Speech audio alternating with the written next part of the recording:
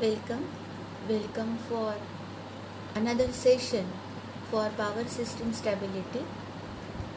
We had started for unit number 6, that is excitation systems. Today we are going to discuss about the drives required for exciters, relation of excitation system to the stability problem, quick response excitation systems, and certain basic important definitions related with excitation systems. Right? In previous session we have seen the different types of excitation systems. As we know, types of excitation system mainly classified into 3 groups, that is DC excitation system, AC excitation system, and static excitation system. Continue with the excitation system. Let us understand drives required for exciters. The excitation system of a large synchronous machine, and especially that of a generator, must have the utmost reliability. Yes, it is quite true that excitation system, not only excitation system, but other system,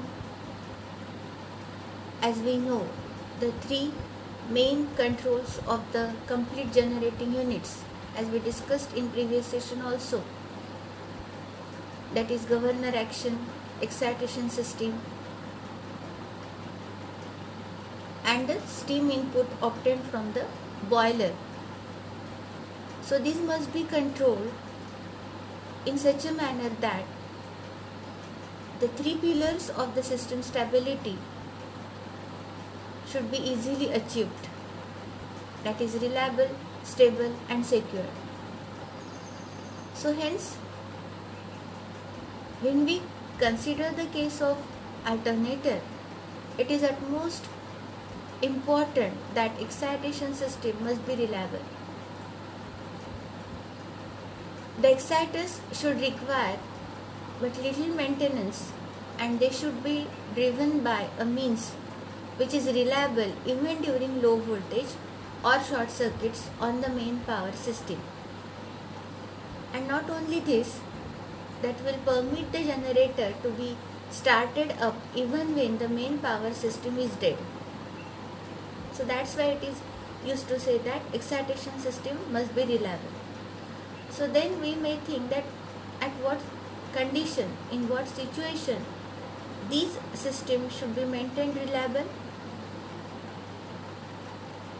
Of course, it is totally dependent upon the drives, that in what manner these exciters are driven, that is really important. And those drives should be reliable. Then and only then the excitation system will be reliable. It is well said that the drives are such that they should be reliable even during low voltage or short circuits, or even when the main power supply it is dead. So for such abnormal conditions, critical situations, the drives required for exciters must be reliable. Right?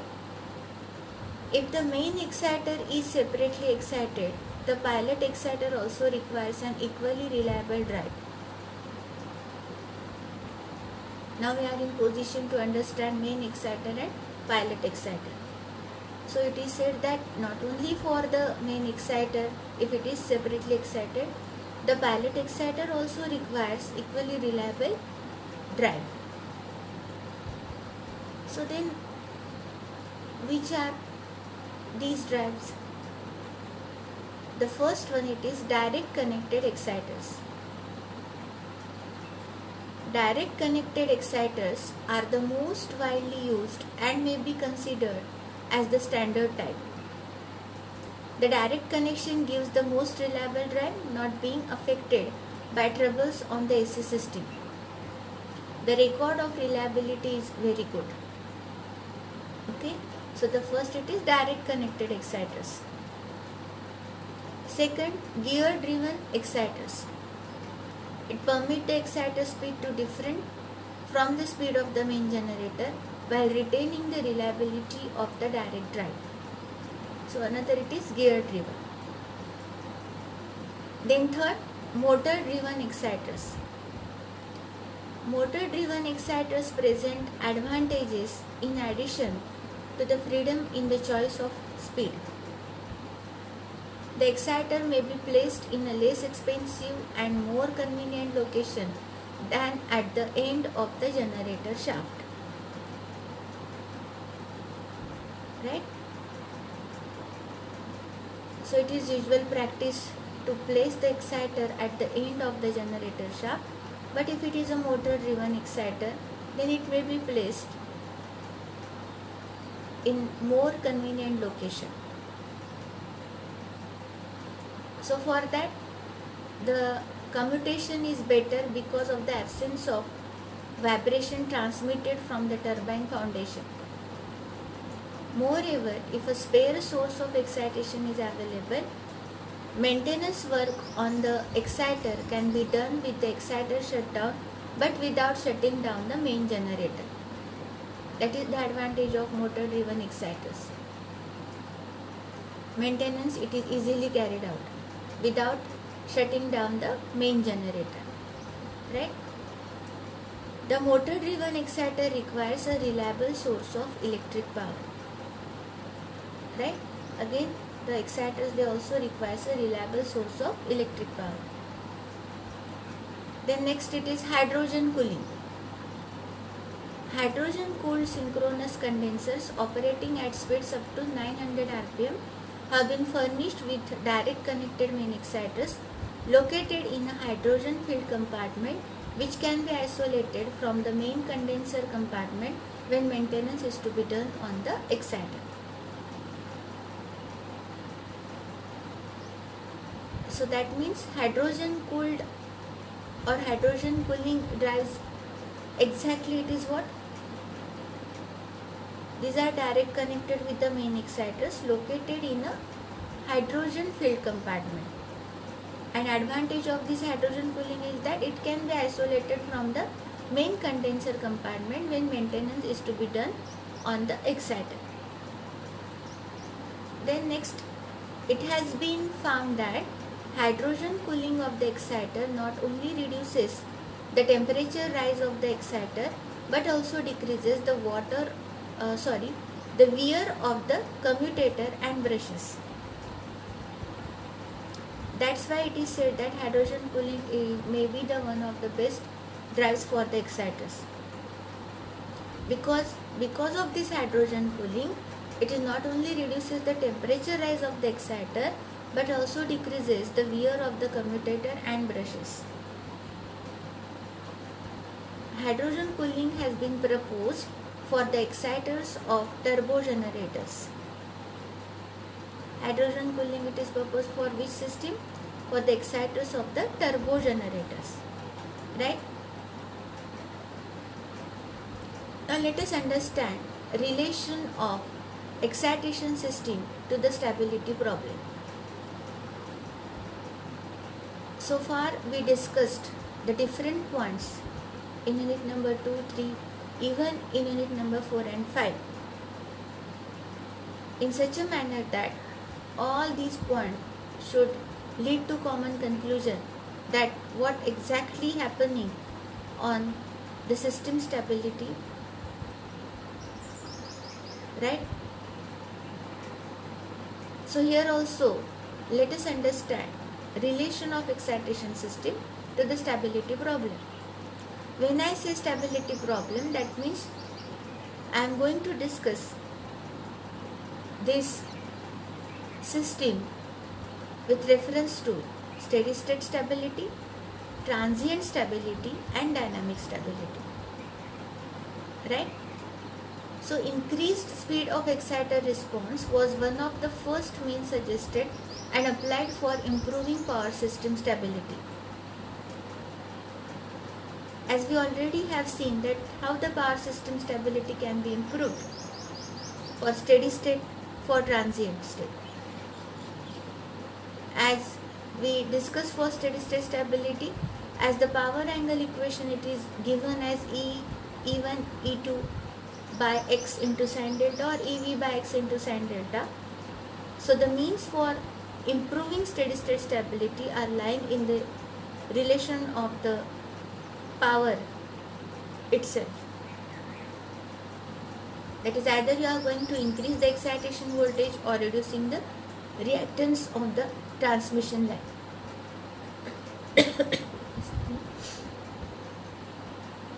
So similarly, it is well said that increasing the speed of the exciter response, that is quick exciter response, may be the one of the means for improving power system stability. Right? The excitation system affects stability under both transient and steady conditions. One can understand this by recalling that the power transmitted in a two-machine system is according to the approximate equation proportional to the product of internal voltages of the two machines and divided by the reactance. The same relation here we are going to use to understand the excitation system, how it is going to affect the stability under both the conditions as steady state and transient state.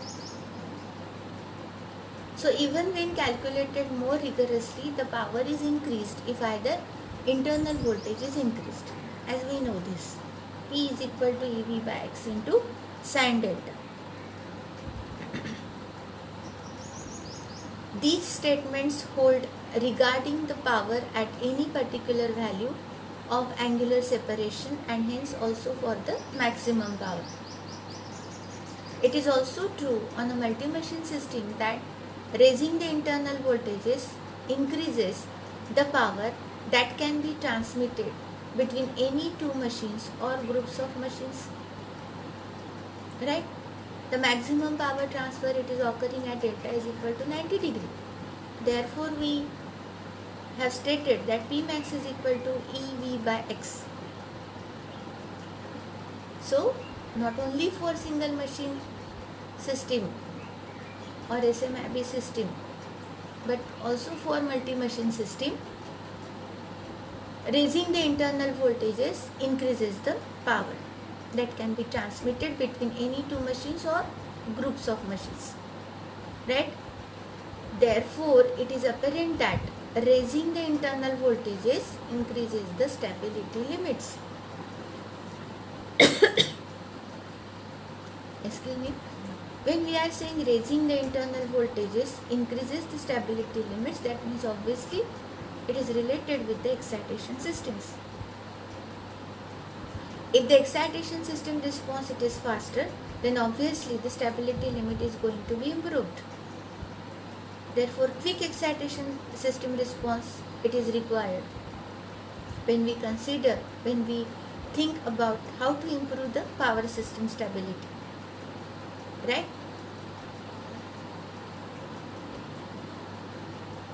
So,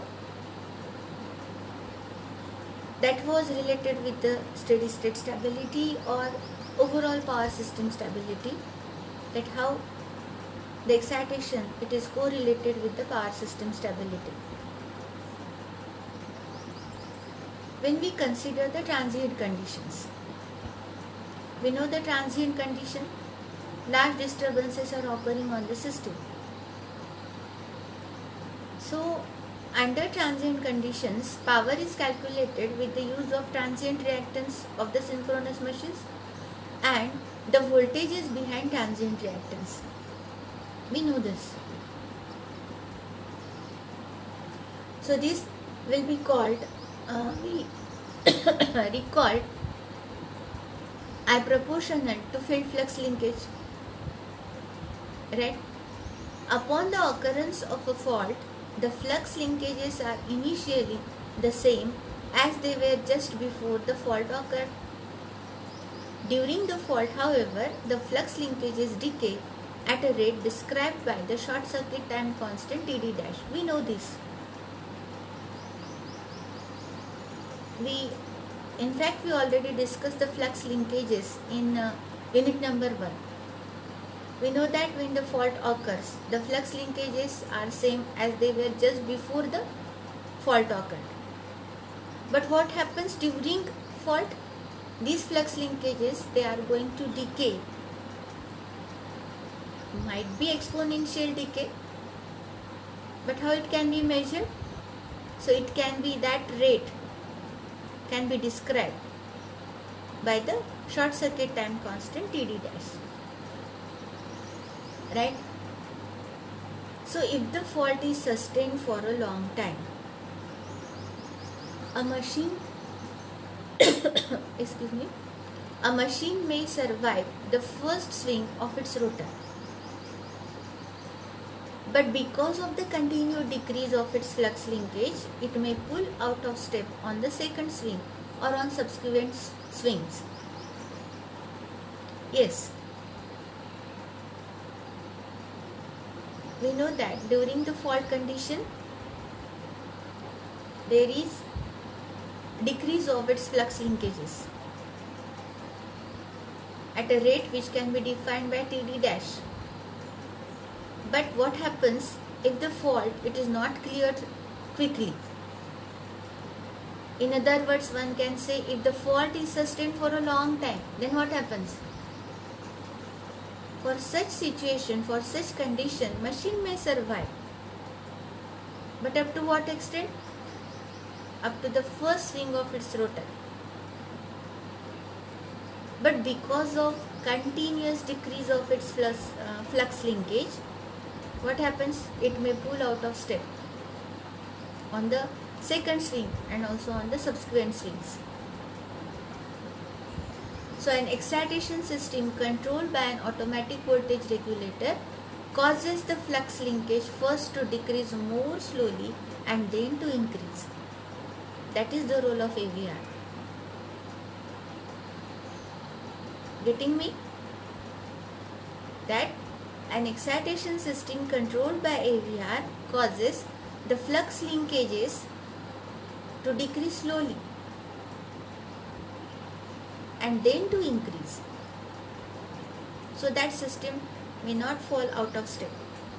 Even if the fault, it is a large disturbance type or it is prolonged fault. As a result, a machine which does not go out of step on the first few swings will not go out of step on the subsequent swings of the same disturbance because of AVR, automatic voltage regulator, which controls the excitation system. Since for the first swing the machine is not falling out of the step, so also it will be continued to run in synchronism for subsequent swings of the same disturbance. Right? Now that was the case for transient condition. Now what happens for the steady state?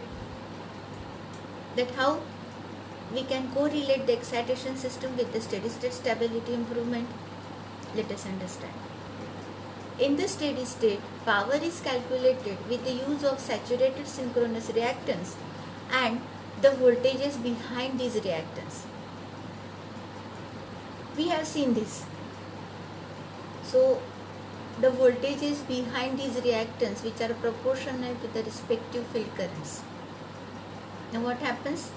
If the voltages are constant, the power limit is reached when the phase angle between the voltages becomes 90 degree.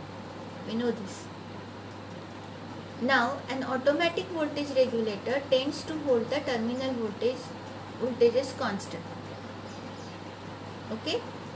If it were entirely successful in doing so, under all conditions, the power limit would be reached when the angle between the terminal voltages reach 90 degrees.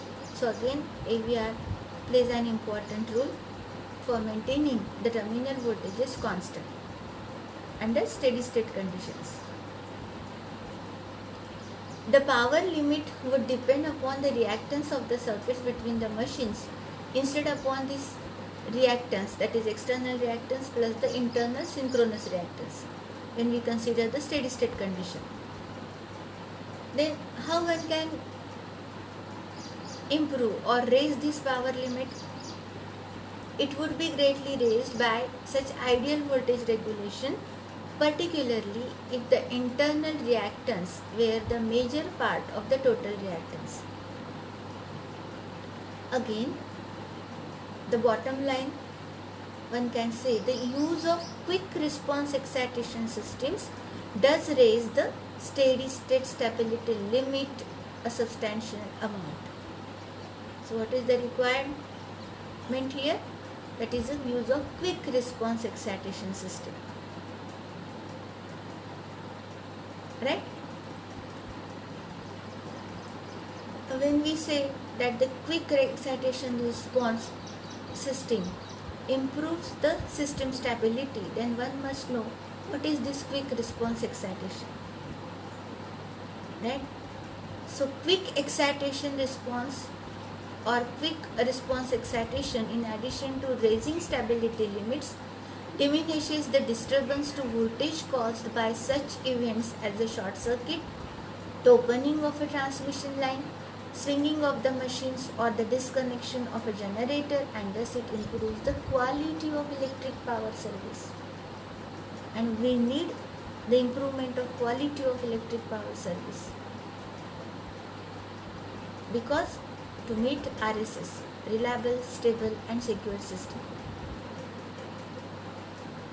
So, quick response excitation not only improves the stability limits but also diminishes the disturbance to voltage caused by short circuit, opening of a transmission line, or the disconnection of a generator.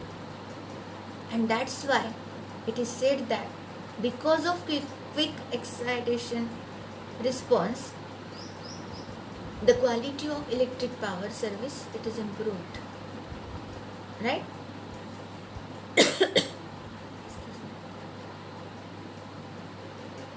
Let us, what is this quick response excitation system and what are the characteristics of this system? So the quick response excitation systems are usually characterized by the following features.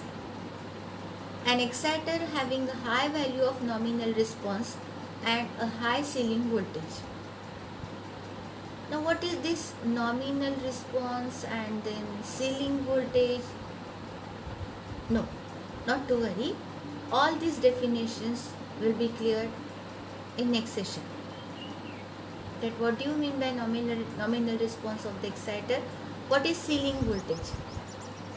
Time being, what you have to understand now, that what are the characteristics of the quick response excitation system, because we have seen that quick excitation response system not only improves the stability but also improves the voltage of the system. That is improving the overall stability of the system. Right? So the characteristics are an exciter having a high value of nominal response and a high ceiling voltage.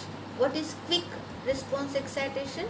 It is an exciter which is having the high value of nominal response and high value of ceiling voltage. Such exciter, it is the quick exciter. Then another feature, a reliable mechanical drive for the exciter. There is reliable mechanical drive for this exciter. It is reliable, whatsoever may be the condition, even if the complete power supply is off. The drive must be reliable, which drives the exciter. And another, a quick acting voltage regulator. So these are important features for the quick response excitation systems.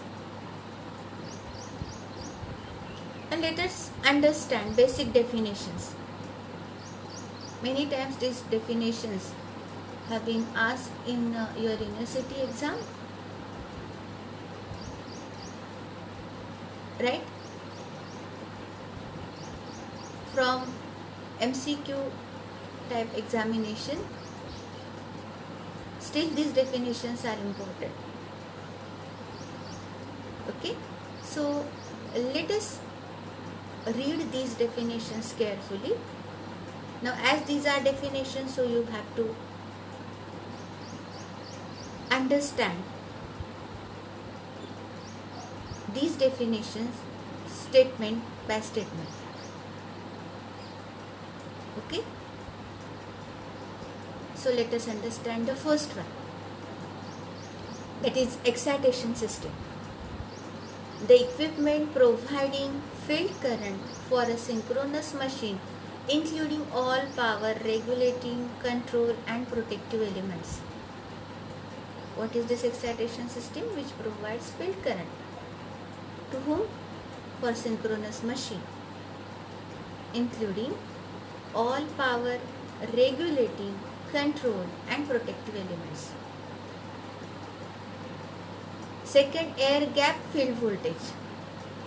The synchronous machine field voltage required to produce a rated voltage on the air gap line of the synchronous machine with its field winding at 75 degrees Celsius for field winding, designed to operate at rating with a temperature rise of 60 degrees Celsius or less, or second, 100 degrees Celsius for field windings designed to operate at rating with a temperature rise greater than 60 degrees Celsius. Important note here, this defines 1 per unit excitation system voltage for use in computer representation of excitation systems. So this is standard scale mentioned here for the excitation system voltage. Next, air gap line. The extended straight line part of the no load saturation curve of the synchronous machine. Exciter saturation characteristics have been shown here so that you can understand that what is this air gap line we are talking about.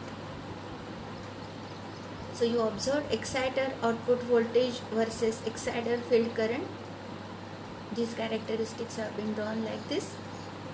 And then air gap line, the no load saturation curve. Air gap line, we can say the tangent to that no load saturation curve, right? Then next, it is automatic control. In excitation control system usage, automatic control refers to maintaining synchronous machine terminal voltage at a predetermined level without operator action over the operating range of the synchronous machine. Okay, as name itself indicating, automatic control. There should not be any need for operating manually to maintain the terminal voltage constant or to the predetermined level, right? Then automatic voltage regulator, a term often used to designate either the voltage regulator alone or the complete control system comprised of limiters, right? Auxiliary winding excitation system, an excitation system whose energy is derived from a separate dedicated power winding is in the main generator stator. That's why name auxiliary winding.